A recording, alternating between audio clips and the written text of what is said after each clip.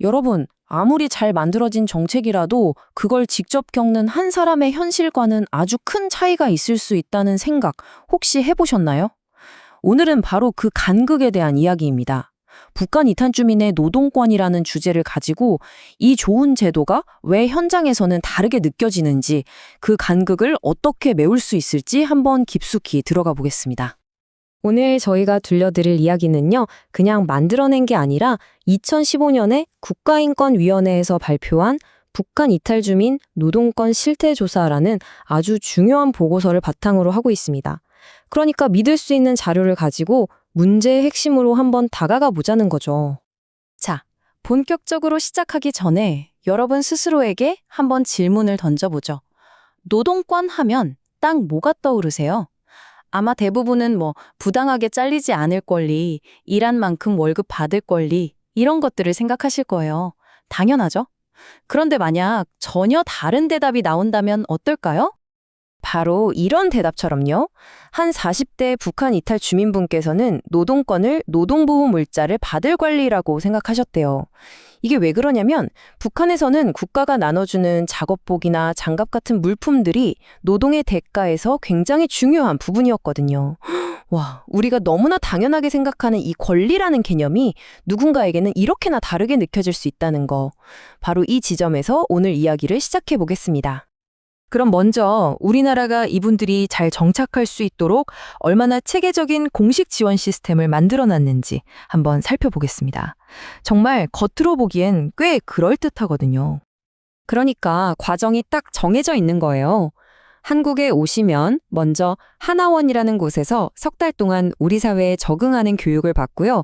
그 다음엔 각자 살 곳으로 가서 그 지역에 있는 하나센터를 통해 1년 동안 법률, 취업, 의료, 정말 다방면으로 지원을 받게 되는 거죠.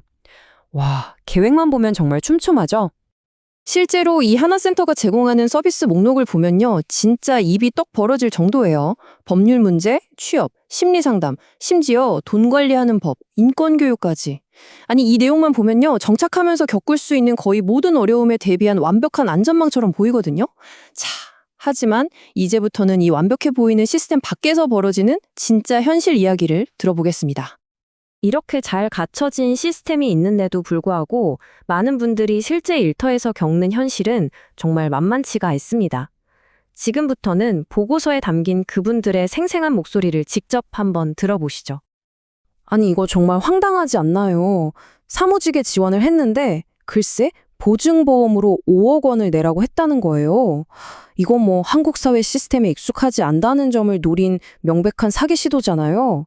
이런 일을 딱 당했을 때 과연 누구한테 어떻게 도움을 청해야 할지 얼마나 막막했을까요? 아, 이 이야기는 정말 마음이 아픕니다. 사장님이 아버지라고 부르라고 해서 그렇게 불렀더니 나중엔 월급이 밀려도 차마 달라는 말을 할 수가 없게 된 거죠. 아버지, 저 월급 주세요. 이 말이 어떻게 나오겠어요? 이건 정상적인 고용관계가 아니라 이런 감정적인 걸 이용해서 부당한 상황을 그냥 참게 만드는 아주 교묘한 통제 방식인 겁니다. 정말 긴급한 상황이라 사장님 허락까지 받고 지인을 도우러 갔는데 돌아온 건 뭐였을까요? 삭감된 월급이었습니다. 명백히 부당한 처사지만 여기에 대고 왜 그러셨어요? 한마디 하기가 너무나도 어려운 게 이분들이 처한 현실인 거죠. 이런 경험이 자꾸 쌓이면 우리 사회에 대한 불신만 깊어지지 않겠어요? 자, 그러면 지금까지 들으신 이야기들이 그냥 몇몇 운이 나빴던 분들의 개인적인 경험일까요? 절대 아닙니다. 여기 숫자를 한번 보세요. 조사에 참여한 분들 중에 무려 8.3%, 그러니까 대략 12명 중에 1명꼴로 부당해고를 직접 겪었다고 답했습니다. 이건 결코 무시할 수 있는 숫자가 아니죠. 자, 그럼 이제 질문을 던져야 합니다. 아니, 도대체 왜 이렇게 훌륭한 지원 제도가 있는데도 현장에서는 계속 이런 일들이 벌어지는 걸까요? 제도의 좋은 의도와 실제 경험 사이에 도대체 어떤 벽이 있는 건지 그 단절된 지점들을 한번 짚어보겠습니다. 가장 대표적인 예가 바로 정부가 주관하는 취업 박람회입니다. 좋은 일자리를 연결해주겠다는 아주 좋은 의도로 시작된 거잖아요.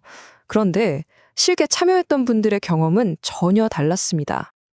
와, 정말 충격적인 증언입니다. 취업 박람회에서 소개해준 곳이 그냥 평범한 일터가 아니라 북한의 강제노동 수용소를 떠올리게 하는 단련대 같은 곳이었다는 거예요. 이건 일자리가 좀 안 좋네 수준이 아니잖아요. 좋은 일자리를 연결하겠다는 그 선한 의도와는 다르게 정작 그 일자리의 질이나 환경을 검증하는 과정이 완전히 빠져 있었던 겁니다. 그럼 좋습니다. 일자리를 구했는데 문제가 생겼을 때는 어떨까요?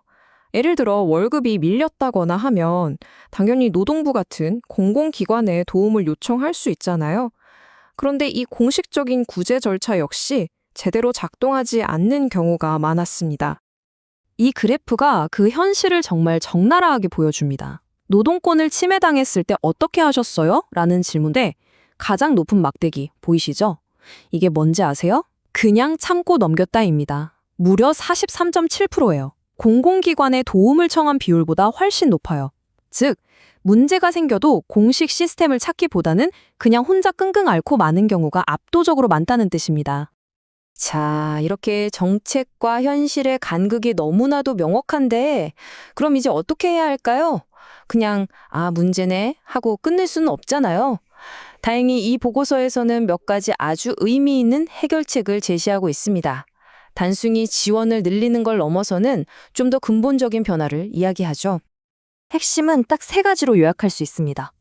첫째, 그냥 돈 관리만 가르치지 말고 내 권리가 뭔지, 이걸 어떻게 지켜야 하는지 아주 실질적인 노동권 교육을 같이 하자는 겁니다.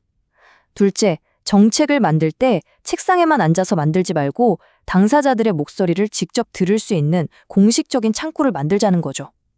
그리고 마지막으로 어쩌면 이게 제일 중요한 걸 수도 있는데 단순히 서비스를 주고받는 관계를 넘어서 고용주와 탈북민 직원이 서로를 진짜 이해할 수 있는 환경을 만들어야 한다는 겁니다.